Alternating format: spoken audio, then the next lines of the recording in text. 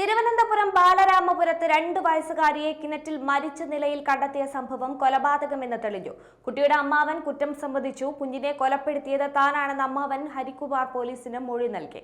കസ്റ്റഡിയിലുള്ള ഹരികുമാറിന്റെ കുറ്റസമ്മത മൊഴി ഒന്നുകൂടി ഉറപ്പിക്കാനുള്ള നീക്കത്തിലാണ് പോലീസ്. കുഞ്ഞിനെ കിണറ്റിലെറിഞ്ഞ് കൊലപ്പെടുത്തുകയായിരുന്നെന്നും ഹരികുമാർ പോലീസിന് മൊഴി നൽകി. കുഞ്ഞിന്റെ അമ്മയുടെ സഹോദരനാണ് ഹരികുമാർ. പ്രതിയുടെ മൊഴി പൂർണ്ണമായും പോലീസ് ഇതുവരെ വിശ്വസിച്ചിട്ടില്ല.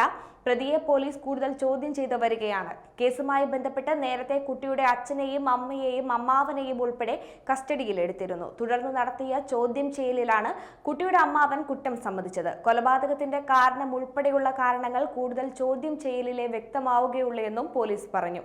രാവിലെ മുതലുള്ള ചോദ്യം ചെയ്യലിൽ ഹരികുമാർ പോലീസിനോട് തട്ടിക്കയറുന്ന അവസ്ഥ ഉണ്ടായിരുന്നു. ചോദ്യം ചെയ്യലുമായി സഹകരിച്ചിരുന്നില്ല. തുടർന്നുണ്ടായ ചോദ്യം ചെയ്യലിലാണ് പ്രതി ഒടുവിൽ കുറ്റം സമ്മതിച്ചത്.